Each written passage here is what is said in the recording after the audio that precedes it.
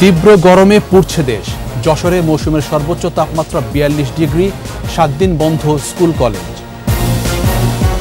দেশীয় খেলা প্রসারের তাগিদ প্রধানমন্ত্রী শেখ হাসিনার, শিশুদের ক্রীড়ামোদী করে গড়ে তোলার আহ্বান। উপজেলা নির্বাচন থেকে মন্ত্রী এমপিদের স্বজনদের প্রার্থিতা প্রত্যাহারের নির্দেশ, অমান্যকারীদের তালিকা হচ্ছে। ঢাকা শিশু হাসপাতালের আইসিইউ এখনো চালু হয়নি, মিলছে বাকি সব সেবা। বাংলাদেশের শ্রমিকরা শোষণের শিকার, বলছে জাতিসংঘ, মানবাধিকার রক্ষায় জরুরি পদক্ষেপ নেয়ার আহ্বান।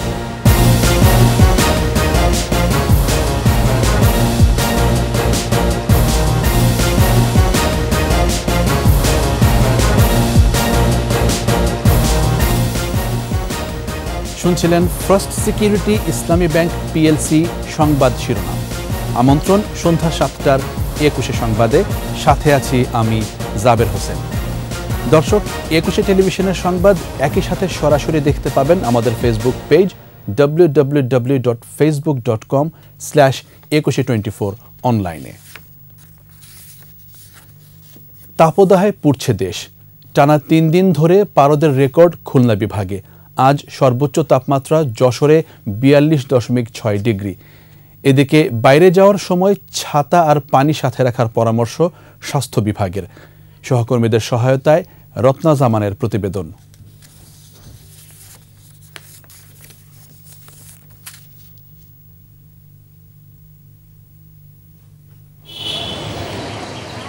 খরতাপে পুড়ছে সারা দেশ। আবহাওয়া অফিস বলছে, রাজশাহী, পাবনা ও টাঙ্গাইল জেলা সহ খুলনা বিভাগের ওপর দিয়ে তীব্র এবং চাঁদপুর ও মৌলভীবাজার জেলা এবং ঢাকা ও রাজশাহী ও বরিশাল বিভাগের ওপর দিয়ে মৃদু থেকে মাঝারি তাপপ্রবাহ বয়ে যাচ্ছে। যশোরে আজ সর্বোচ্চ তাপমাত্রা ৪২.৬ ডিগ্রি সেলসিয়াস। আগের দিন শুক্রবারও একই মাত্রা ছিল এ জেলায়। প্রচণ্ড তাপদাহে বিপর্যস্ত মানুষ, জনশূন্য হয়ে পড়েছে সড়কগুলো।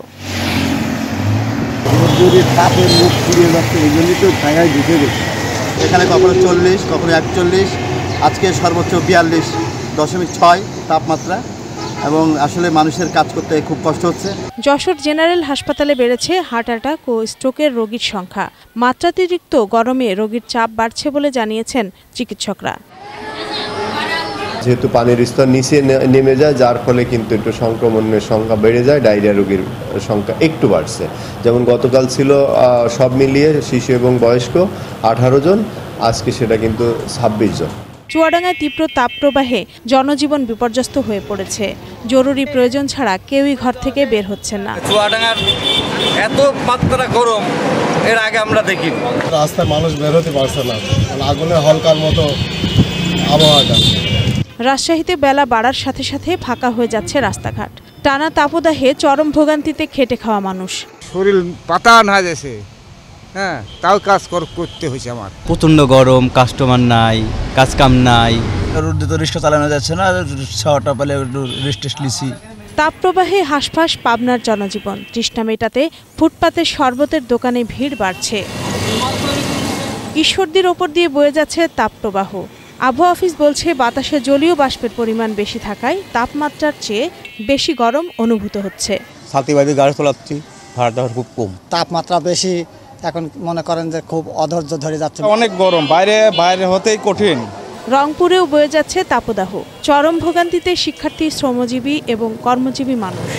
গরমের তাপেতে আর বাহিরে বের হওয়া যাচ্ছে না, মাথা ব্যথা করে, তারপর ঠিক মতো পড়ালেখা করতে অসুবিধা হয়। দিন যাচ্ছে, গরম বাড়তেছে, পানির পিপাসা লাগতেছে বারবার, মাথা না ভিজেলে হচ্ছে না। গোপালগঞ্জে তীব্র তাপদাহে বিপর্যস্ত হয়ে পড়েছে জনজীবন থেকে প্রাণীকুল। প্রচণ্ড রোদে ঘর থেকে বের হতে পারছেন না শ্রমিক, দিনমজুর সহ খেটে খাওয়া মানুষ। আর বাইরে বের হলে ছাতা আর পানি সাথে রাখার পরামর্শ দিয়েছে স্বাস্থ্য বিভাগ। সাথে একটি বোতলে পানি রাখে যে যেখানে যায়, এবং বাইরে যখন কাজ করবে তখন যেন ছায়াঘেরা অবস্থা, যেখানে যেখানে ছায়া আছে সেই সব জায়গায় অবস্থান করে, তাহলে হয়তো আমরা এর হাত থেকে বাঁচতে পারবো। এছাড়াও এই সময় একটা ডায়রিয়ার একটা প্রচণ্ড প্রকোপ হতে পারে, সেক্ষেত্রেও এই একই পরামর্শ আমাদের। নাটোরে তাপদাহে জনজীবন বিপর্যস্ত হয়ে পড়েছে। লু হাওয়ায় হাঁসফাঁস অবস্থা। তাপদাহে সিরাজগঞ্জের জনজীবন বিপর্যস্ত। জেলার দুর্গম চরাঞ্চল কাজীপুর, সদর, বেলকুচির, চৌহালি ও শাহজাদপুরে এর প্রভাব তুলনামূলক বেশি। মানে এত প্রচণ্ড পরিমাণের গরম, মানে তীব্র সহ্য করার মতো না। অস্থির ভাব লাগতেছে, তারপরে এখন যাইতে হবে কর্মজীবীরা, তাই কর্মের জন্য যাইতেছি। কুমিল্লায় হাসফাস অবস্থা। প্রচণ্ড গরম থেকে কিছুটা স্বস্তি পেতে অনেকে ঝাঁপিয়ে পড়ছে পুকুরে। শরীর ভিজিয়ে দিচ্ছে নলকূপের পানিতে। রত্না সামান, 21 টেলিভিশন। এদিকে বড় ধরনের ঝড় বৃষ্টি ছাড়া তীব্র তাপপ্রবাহ সহসায় থামছে না। আবহাওয়া অফিসের তথ্য, মাস জুড়েই এমন তাপপ্রবাহ থাকবে। পরিস্থিতি বিবেচনায় স্কুল, কলেজ ও মাদ্রাসায় 1 সপ্তাহের ছুটি ঘোষণা করা হয়েছে। রিপোর্টে বাকিটা জানাচ্ছেন মোহাম্মদ নুরুন নবী।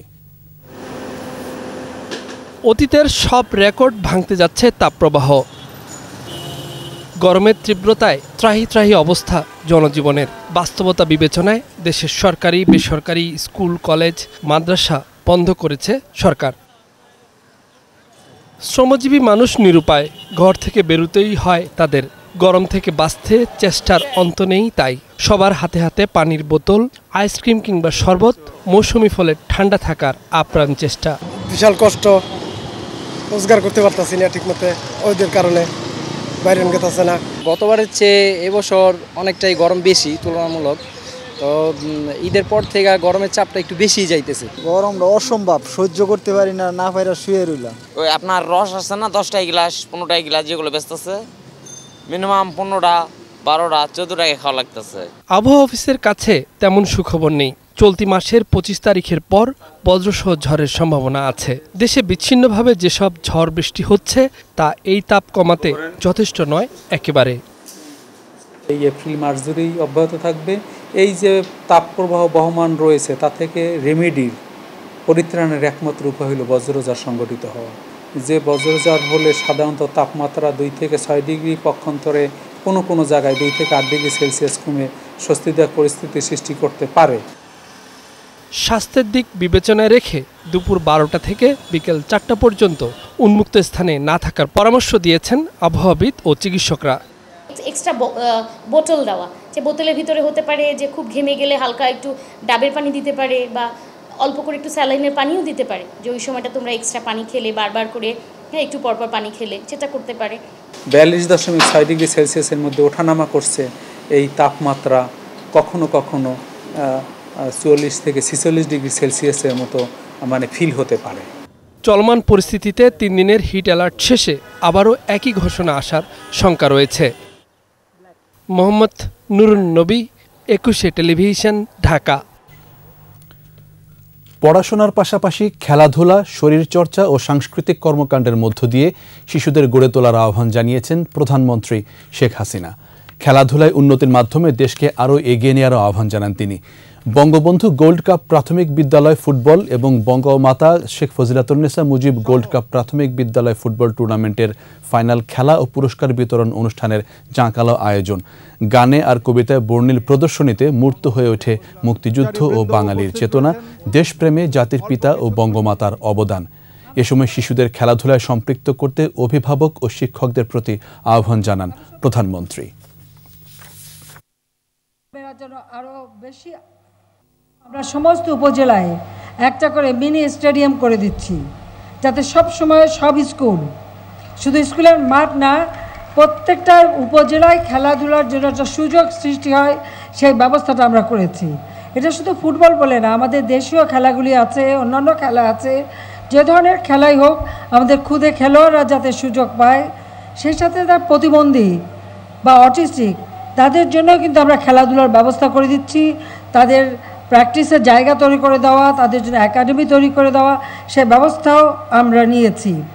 আমি চাই আমাদের ছেলেমেয়েরা লেখাপড়ার পাশাপাশি খেলাধুলা, শরীরচর্চা, সাংস্কৃতিক চর্চার মধ্য দিয়ে নিজেদেরকে উপযুক্ত নাগরিক হিসেবে গড়ে তুলবে, সেটাই আমি চাই।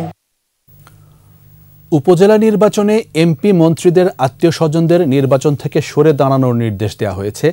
আগামীতে এ বিষয়ে সতর্ক থাকার আহ্বান জানিয়েছেন আওয়ামী লীগ সাধারণ সম্পাদক ওবায়দুল কাদের।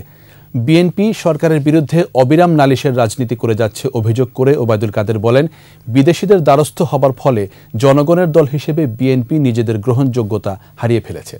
মাহমুদ হাসানের প্রতিবেদন। ধানমন্ডিতে দলীয় সভাপতির কার্যালয়ে সাংবাদিকদের সাথে মতবিনিময় করেন আওয়ামী লীগ সাধারণ সম্পাদক ওবায়দুল কাদের।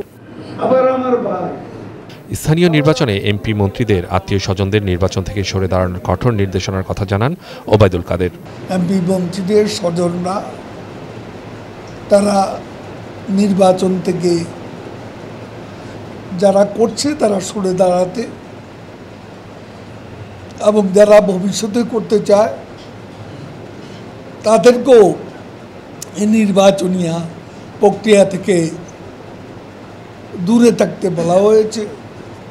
অলরেডি যারা এই প্রক্রিয়ার মধ্যে অলরেডি আছে তাদের তালিকা তৈরি করার নির্দেশনা দেওয়া হয়েছে। বিএনপি সরকারের বিরুদ্ধে অবিরাম নালিশের রাজনীতি করে যাচ্ছে। জনগণের দল নয় বিএনপি, সন্ত্রাসী দলে পরিণত হয়েছে বলেও অভিযোগ তোলেন ওবায়দুল কাদের। বিএনপি এখন রাজনৈতিক দলের পরিচয় দেওয়ার মতো অ্যাকসেপ্টেবিলিটি তারা হারিয়ে ফেলেছে। সন্ত্রাসী কর্মকাণ্ডের জন্য বিএনপি নিজেদের রাজনৈতিক অবস্থান হারিয়েছে বলেও দাবি করেন আওয়ামী লীগ সাধারণ সম্পাদক। তাদের কর্মকাণ্ডে তারা একটা সন্ত্রাসী দল। মাহমুদ হাসান, একুশে টেলিভিশন, ঢাকা। স্থানীয় সরকার নির্বাচনে কোনো রাজনৈতিক সম্পৃক্ততা নেই, যে কেউ নির্বাচনে দাঁড়াতে পারেন বলে জানিয়েছেন নির্বাচন কমিশনার মোহাম্মদ আলমগীর। মানিকগঞ্জ জেলা প্রশাসকের কার্যালয়ে হরিরামপুর ও সিংগাইর উপজেলা নির্বাচনের প্রার্থীদের সাথে মতবিনিময় সভা শেষে সাংবাদিকদের সাথে কথা বলেন কমিশনার। এ সময় বিএনপির উদ্দেশ্যে ইসি বলেন, অনেকে রাজনৈতিকভাবে নির্বাচনে অংশ না নিলেও তাদের সমর্থকরা কেউ কেউ নির্বাচন করছেন। ফ্লেক্সিবল করা হয়েছে, অর্থাৎ স্বাধীনভাবে দাঁড়াতে পারবেন, যে কেউ ইচ্ছা করলে তার রাজনৈতিক পরিচয়ের কোনো প্রয়োজন নাই। একসাথে যদি রাজনৈতিক কোনো দল তার প্রার্থী দিতে পারে তাহলে দিতে পারে। এবং আপনারা দেখেছেন যে প্রত্যেকটা জায়গায় কিন্তু অনেক প্রার্থী এই নির্বাচনে অংশগ্রহণ করেছেন। ঢাকা শিশু হাসপাতালে আগুনের ঘটনায় কার্ডিয়াক আইসিইউ পুড়ে যাওয়ায় বন্ধ রয়েছে সেটার কার্যক্রম। তবে বাকি সব ধরনের সেবা মিলছে দেশের একমাত্র বিশেষায়িত শিশু হাসপাতালটিতে। স্বাস্থ্যমন্ত্রী জানালেন, দ্রুত সময়ের মধ্যে আইসিইউ পুনরায় চালু করা হবে। রাসেল খানের রিপোর্টে বিস্তারিত। 3 দিনের ব্যবধানে ঢাকা শিশু হাসপাতালে আবারও আগুনের ঘটনায় বেশ উদ্বেগ উৎকণ্ঠায় রোগী ও তাদের স্বজনরা। কার্ডিয়াক আইসিইউ, পোস্ট ক্যাথ আর এইচডিইউ ছিল হাসপাতালের বি ব্লকের 5ম তলায়। শুক্রবার লাগা আগুনে পুড়ে গেছে পুরো ইউনিটটি। আগুন লাগার ঘটনার পর থেকে আতঙ্কিত সবাই, কিন্তু বিকল্প না থাকায় ঝুঁকি নিয়ে চিকিৎসা করাতে হচ্ছে শিশুদের। অক্সিজেন রাখুন যায় না, অক্সিজেন ছাড়া রাখলে বাবু লীল হয়ে জায়গা। মানে আমগো সেনা নিরাপদ না, যা শিশু তো আর মাইরা লান যাইব না, শিশুকে তো রাখতে হবেই। এনআইসিইউ বর্তমানে 2-3 রোগী একটা বেডে আছে, কারণ পরিস্থিতি শিকার, কারণ এখানে অক্সিজেন নাই, 5 অক্সিজেন পড়ে গেছে সব।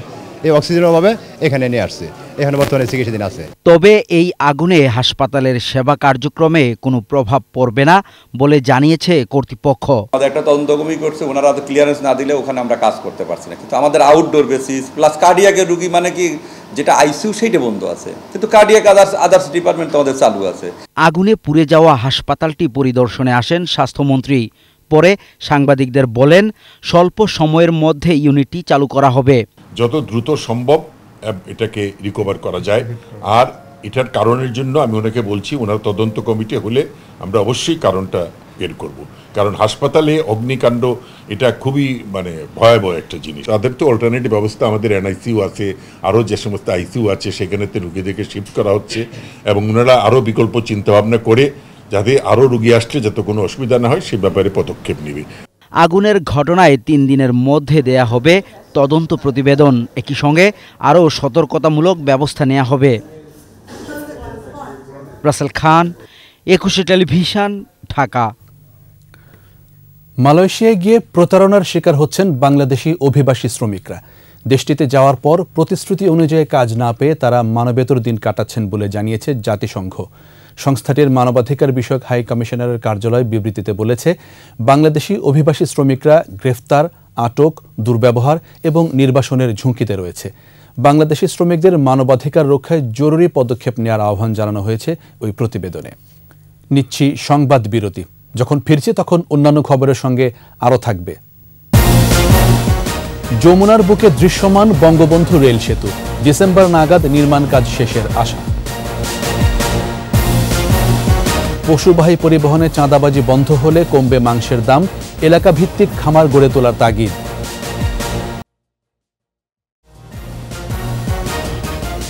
আবারও আমন্ত্রণ সন্ধ্যা 7টার 21 সংবাদে। তৃণমূল পর্যায়ে নারীদের পরিবেশ সুরক্ষায় কাজে লাগানো গেলে তা জলবায়ু পরিবর্তনের প্রভাব মোকাবেলায় অনেকটাই সহায়ক হবে বলে মনে করেন স্পিকার ডক্টর শিরিন শারমিন চৌধুরী। দুপুরে রাজধানীর বঙ্গবন্ধু সম্মেলন কেন্দ্রে জাতীয় অপরাজিতা সম্মেলনে যোগ দেন স্পিকার। সারা দেশ থেকে প্রায় 9,000 নারী সম্মেলনে যোগ দিয়েছেন। এ সময় স্পিকার শিরিন শারমিন চৌধুরী বলেন, নারীর ক্ষমতায়নে প্রধানমন্ত্রী শেখ হাসিনা যে কাজগুলো করেছেন তা বিশ্বে রোল মডেল হিসেবে পরিচিতি পাচ্ছে। স্পিকার আরও বলেন, অপরাজিতা নেটওয়ার্ক নারীদের এমন একটা প্ল্যাটফর্ম যা সমাজের বিভিন্ন সমস্যা ও চ্যালেঞ্জ দূরীকরণ এবং দক্ষতা বৃদ্ধিতে কাজ করতে পারবে। যে জনগণ আমাদেরকে ভোটে নির্বাচিত করে তাদের আস্থাটা যেন আমরা রক্ষা করি এবং তাদের পাশে যেন আমরা থাকি এবং তাদের সেবায় যেন আমরা কাজ করি। এটুকু করতে পারলেই দেখবেন যে নারী রাজনৈতিক ক্ষমতায়নের চিত্র অনেক বেশি পাল্টে গেছে। রাষ্ট্রের বিরুদ্ধে অপপ্রচার রোধে গণমাধ্যমকে এগিয়ে আসার আহ্বান জানিয়েছেন তথ্য ও সম্প্রচার প্রতিমন্ত্রী মোহাম্মদ এ আরাফাত। সরকারের 100তম দিন উপলক্ষে ঢাকা রিপোর্টার্স ইউনিটিতে মিট দ্য রিপোর্টার্সে যোগ দেন তথ্য ও সম্প্রচার প্রতিমন্ত্রী। এ সময় বলেন, যারা গণতন্ত্রের শত্রু এবং স্বাধীনতার চেতনায় বিশ্বাস করে না তাদের বিপক্ষে লড়াই চলবে। তথ্য পাওয়ার অধিকার নিশ্চিত করে গণমাধ্যম কর্মীদের জন্য সুন্দর ও সুষ্ঠু পরিবেশ তৈরি করারও আশ্বাস দেন তথ্য ও সম্প্রচার প্রতিমন্ত্রী মোহাম্মদ এ আরাফাত। যারা উগ্রবাদ, জঙ্গিবাদ এবং মুক্তিযুদ্ধ বিরোধী অসাম্প্রদায়িক চেতনার বিরুদ্ধে যাদের অবস্থান, তারাই মিথ্যা অপপ্রচার এবং ডিসইনফরমেশনের উপরে ভর করে তাদের রাজনীতি বা অপরাজনীতি করেন। তথ্য পাওয়ার অধিকার আইনগতভাবে যেটি নিশ্চিত করা হয়েছে সেটিকে বাস্তবেও আমরা আরও বেশি নিশ্চিত করতে চাই। পঞ্চম স্প্যান স্থাপনের মধ্য দিয়ে পুরোপুরি দৃশ্যমান হল যমুনা নদীর উপর নির্মাণাধীন বঙ্গবন্ধু রেল সেতু। জাপানি ঠিকাদারি প্রতিষ্ঠান ইতিমধ্যে টাঙ্গাইল অংশে 90% কাজ শেষ করেছে। সিরাজগঞ্জ অংশেও চলছে কর্মযজ্ঞ। পুরো নির্মাণ কাজ শেষ হতে আগামী ডিসেম্বর পর্যন্ত সময় লাগবে বলে জানিয়েছেন প্রকল্প পরিচালক। সেতুটি তৈরিতে 16,780 কোটি টাকার মধ্যে জায়গা দিয়েছে 12,149 কোটি টাকা, বাকিটা বহন করছে সরকার।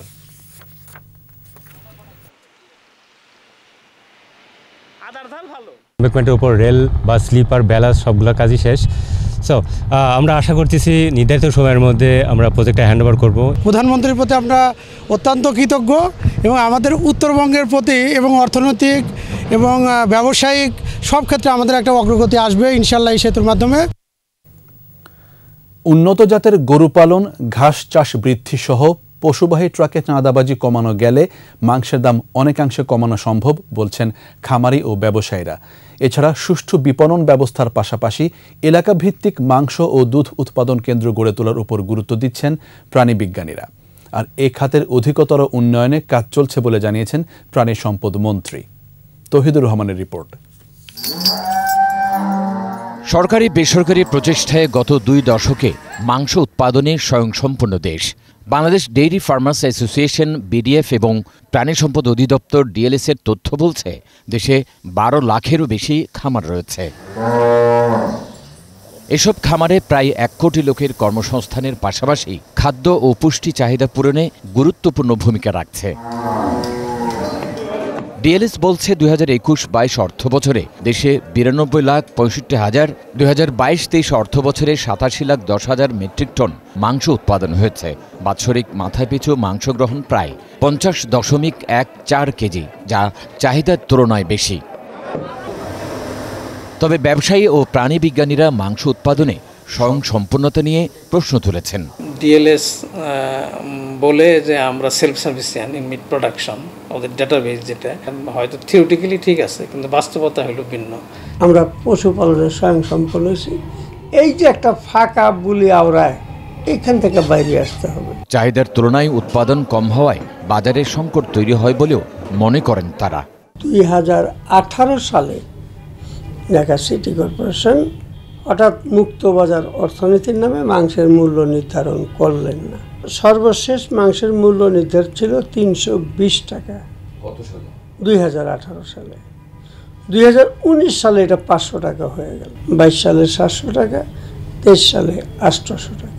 গেল বছর সেন্টার ফর পলিসি ডায়ালগ সিপিডির এক গবেষণায় উঠে আসে বাংলাদেশে 1 কেজি গরুর মাংসের দাম $6.94, মালয়েশিয়াতে $5.37, নেপালে $4.29 এবং পাকিস্তানে $3.60। বর্তমানে স্থানভেদে গরুর মাংসের কেজি 700 টাকা থেকে 1000 টাকা, খাসির মাংসের দাম আরও বেশি। সংশ্লিষ্টরা বলছেন পশুপালনে অন্তত 70% খরচ হয় খাদ্যে। সম্প্রতি দানাদার খাদ্যের দাম বেড়েছে কয়েক গুণ। পাশাপাশি পশুবাহী ট্রাকে চাঁদাবাজি, প্রতি গরু থেকে বাড়তি এবং একাধিকবার শুল্ক আদায়সহ পরিবহন খরচ বাড়ার কারণে মাংসের দাম বেড়েছে। বাজারে প্রতি কেজি দানাদার গোখাদ্য বিক্রি হচ্ছে 50 থেকে 55 টাকা কেজি দরে। অন্যদিকে সবুজ ঘাস বিক্রি হচ্ছে 4 থেকে 5 টাকায়। ব্যবস্থায় উৎপাদন খরচ কমাতে প্রাণীবিজ্ঞানীরা সবুজ ঘাস চাষের তাগিদ দেন। এছাড়া কোল্ড স্টোরেজ সুবিধা বৃদ্ধি এবং মধ্যস্বত্বভোগীর সংখ্যা যৌক্তিক পর্যায়ে নামিয়ে আনার কথাও বলছেন তারা। পাশাপাশি পশুর উপজাত বা বাই প্রোডাক্টের সঠিক দাম নিশ্চিতের তাগিদ তাদের।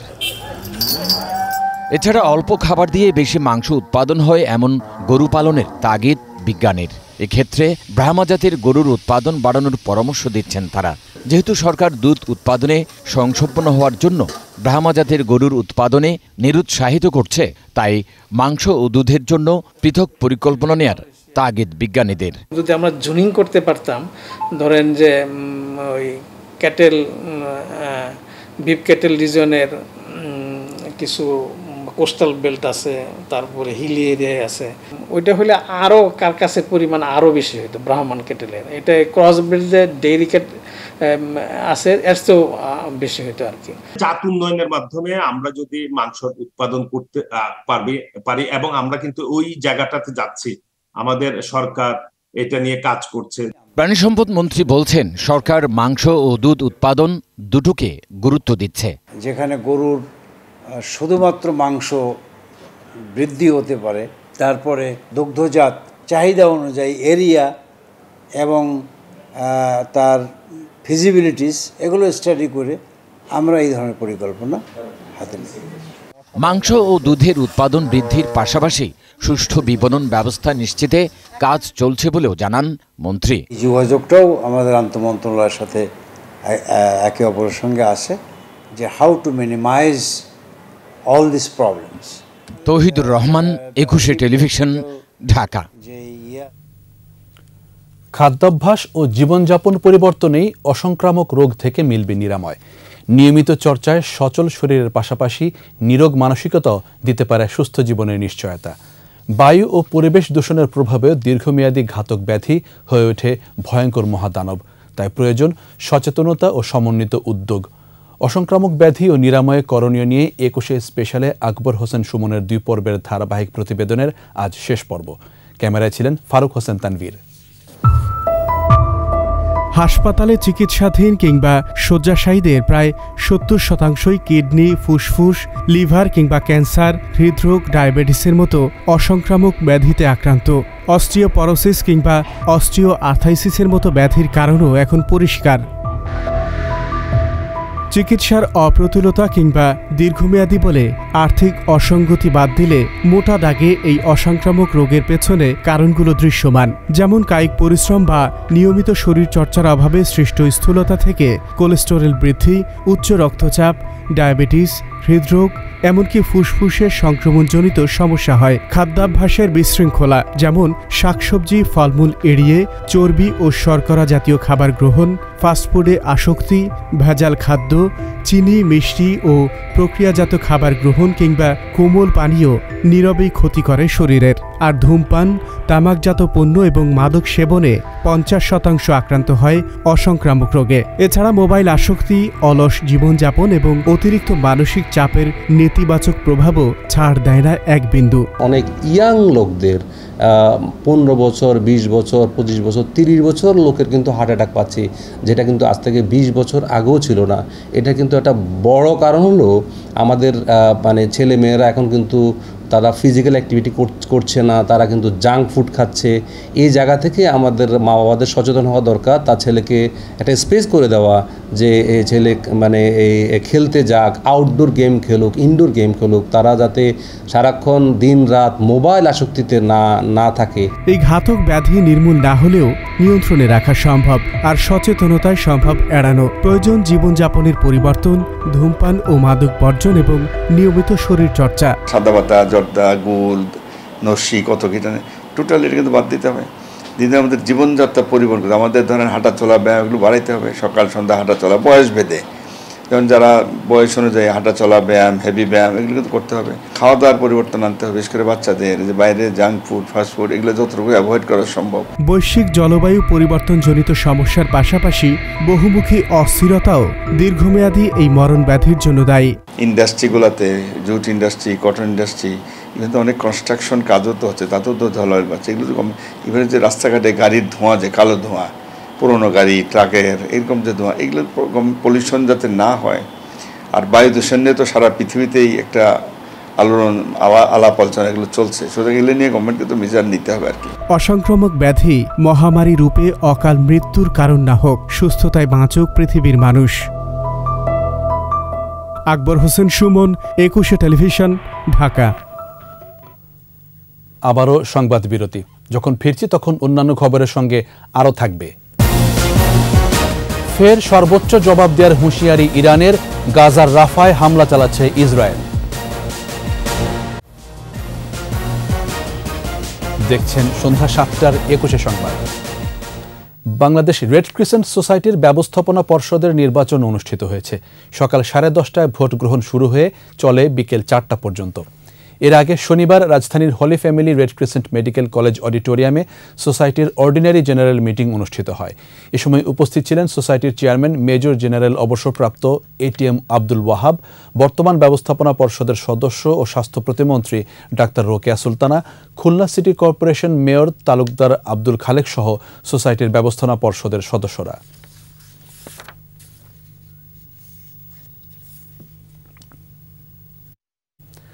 দখলদার যতই শক্তিশালী হোক না কেন, সরকারি আবাসনের জমি কাউকে দখল করতে দেয়া হবে না বলে হুঁশিয়ারি দিয়েছেন জাতীয় গৃহায়ণ কর্তৃপক্ষের চেয়ারম্যান খন্দকার মোস্তাফিজুর রহমান। প্রতিষ্ঠানটির কর্মচারী ইউনিয়নের দ্বিবার্ষিক সম্মেলনে চেয়ারম্যান বলেছেন, একটি সিন্ডিকেটের কাছে গ্রাহকরা জিম্মি ছিল। সেবা গ্রাহকের দোরগোড়ায় পৌঁছে দিতে কর্তৃপক্ষ নিরলসভাবে কাজ করে যাচ্ছে। এই ধারা অব্যাহত রাখতে কাউকে ছাড় দেয়া হবে না, এমন স্পষ্ট ঘোষণা দিয়েছেন জাতীয় গৃহায়ণ কর্তৃপক্ষের চেয়ারম্যান খন্দকার মোস্তাফিজুর রহমান।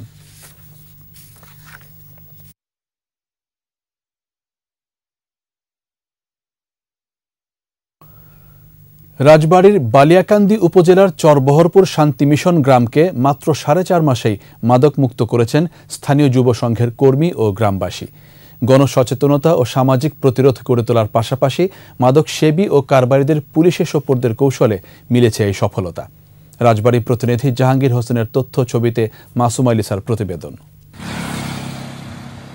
রাজবাড়ীর বালিয়াকান্দির বহরপুর ইউনিয়নের চরবহরপুর শান্তি মিশন প্রত্যন্ত গ্রামটির প্রবেশমুখেই সাইনবোর্ডে লেখা, মাদক আছে যেখানে, প্রতিরোধ সেখানে। মাদক মুক্ত গ্রাম, সৌজন্যে মহল্লাবাসী ও যুব সংঘ।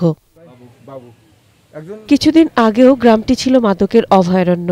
অতিষ্ঠ গ্রামবাসী ও স্থানীয় যুব সংঘ মাদক নির্মূল কমিটি গঠন করে গত বছরের নভেম্বরে। প্রশাসনের সহযোগিতায় গড়ে তোলে মাদক মুক্ত গ্রাম।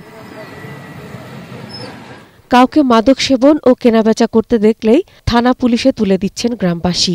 মাদকের করাল গ্রাস থেকে যুব সমাজকে রক্ষায় সচেতনতা গড়তে কাজ করছেন সবাই মিলে।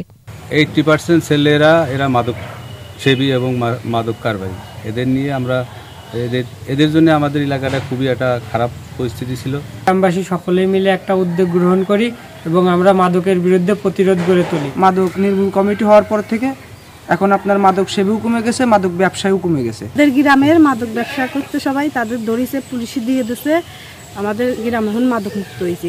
মাত্র 4 মাসের প্রচেষ্টাতে গ্রামটিতে বইছে শান্তির বাতাস।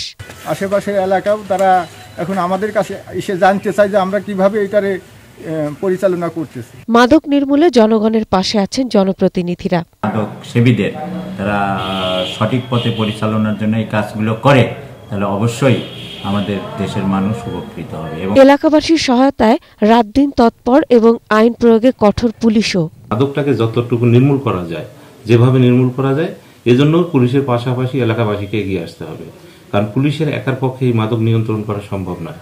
গ্রামবাসীকে সাধুবাদ জানিয়ে প্রশাসন বলছে, পারিবারিক গণসচেতনতা গড়া ও সামাজিক প্রতিরোধমূলক কার্যক্রমকে দেয়া হবে সব ধরনের সহায়তা।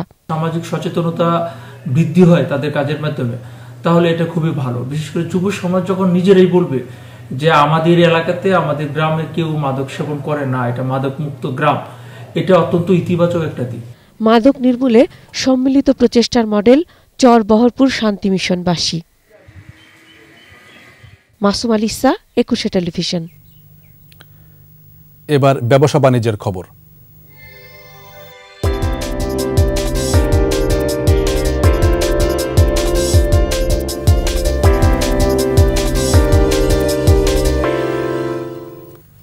টানা বৃদ্ধির পর দেশের বাজারে কিছুটা কমল স্বর্ণের দাম। এবার ভরিতে কমেছে সর্বোচ্চ 841 টাকা।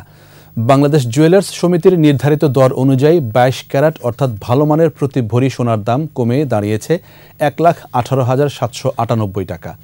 এছাড়া 21 ক্যারেট 1,13,397 টাকা, 18 ক্যারেট 97,196 টাকা এবং সনাতন পদ্ধতির প্রতি ভরির স্বর্ণের দাম এখন 78,242 টাকা।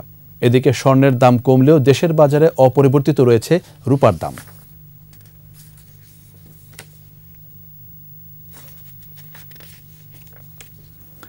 নতুন প্রজন্মকে মাদক মুক্ত রাখতে ও স্মার্টফোনের প্রতি আসক্তি কমাতে কুষ্টিয়ায় ব্যক্তি উদ্যোগে গড়ে উঠেছে ফুটবল একাডেমি। 127 কিশোর ও তরুণ এরই মধ্যে নাম লিখিয়েছে একাডেমিতে। প্রতিদিন প্রশিক্ষণের পাশাপাশি চলছে প্রীতি ফুটবল ম্যাচ। এমন উদ্যোগ সাড়া ফেলেছে স্থানীয়দের মাঝে।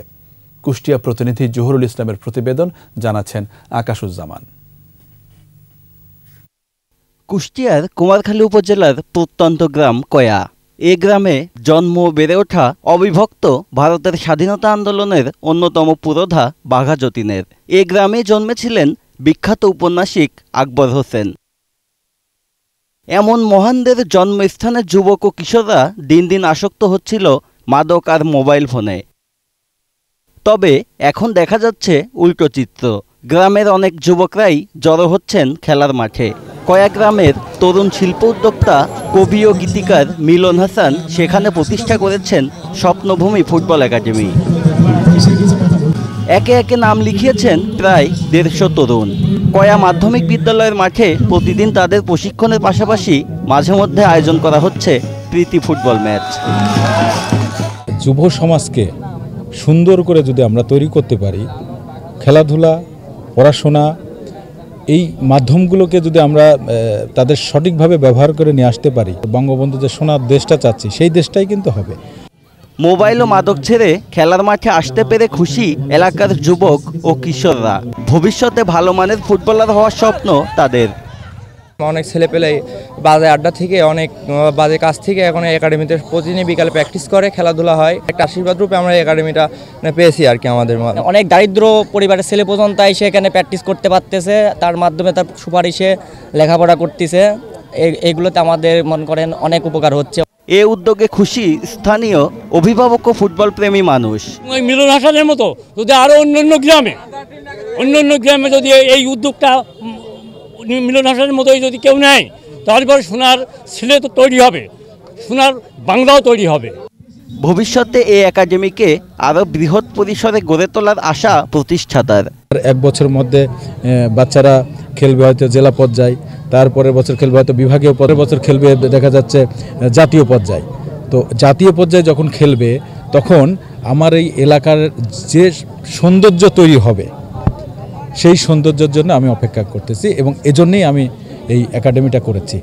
এমন উদ্যোগ সবখানে ছড়িয়ে দিতে পারলে তরুণদের মাদক থেকে ফেরানো সম্ভব বলে মনে করছেন স্থানীয়রা। আকাশুজ্জামান, 21 টেলিভিশন। অন্য খেলার খবর, 23 এপ্রিল থেকে শুরু হচ্ছে জাতীয় স্কোয়াশ চ্যাম্পিয়নশিপের চতুর্থ আসর। বিভিন্ন বিশ্ববিদ্যালয় ও 25টি ক্লাবের 190 জন অংশ নিচ্ছেন এবারের প্রতিযোগিতায়। ফাইনাল হবে 27 এপ্রিল। ট্রফি উন্মোচন অনুষ্ঠানে বাংলাদেশ স্কোয়াশ র্যাকেট ফেডারেশনের সাধারণ সম্পাদক জানান, 2028 সালের অলিম্পিক গেমসে খেলাই তাদের মূল লক্ষ্য।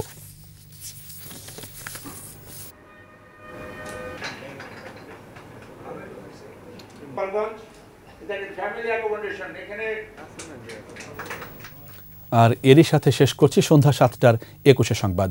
যাবার আগে ফার্স্ট সিকিউরিটি ইসলামী ব্যাংক পিএলসি সংবাদ শিরোনামগুলো আরও একবার। তীব্র গরমে পুড়ছে দেশ। যশোরে মৌসুমের সর্বোচ্চ তাপমাত্রা 42 ডিগ্রি, 7 দিন বন্ধ স্কুল কলেজ। দেশীয় খেলা প্রসারের তাগিদ প্রধানমন্ত্রী শেখ হাসিনার, শিশুদের ক্রীড়ামোদী করে গড়ে তোলার আহ্বান। উপজেলা নির্বাচন থেকে মন্ত্রী এমপিদের স্বজনদের প্রার্থিতা প্রত্যাহারের নির্দেশ, অমান্যকারীদের তালিকা হচ্ছে। ঢাকা শিশু হাসপাতালের আইসিইউ এখনও চালু হয়নি, মিলছে বাকি সব সেবা। মালয়েশিয়ায় বাংলাদেশি শ্রমিকরা শোষণের শিকার, বলছে জাতিসংঘ। মানবাধিকার রক্ষায় জরুরি পদক্ষেপ নেয়ার আহ্বান।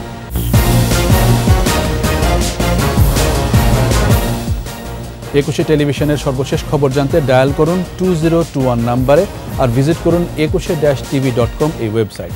এছাড়া ফেসবুকে ভিজিট করতে পারেন facebook.com/2124 অনলাইনে। আমাদের পরের সংবাদ রাত 9টায়। দেখার আমন্ত্রণ রইল।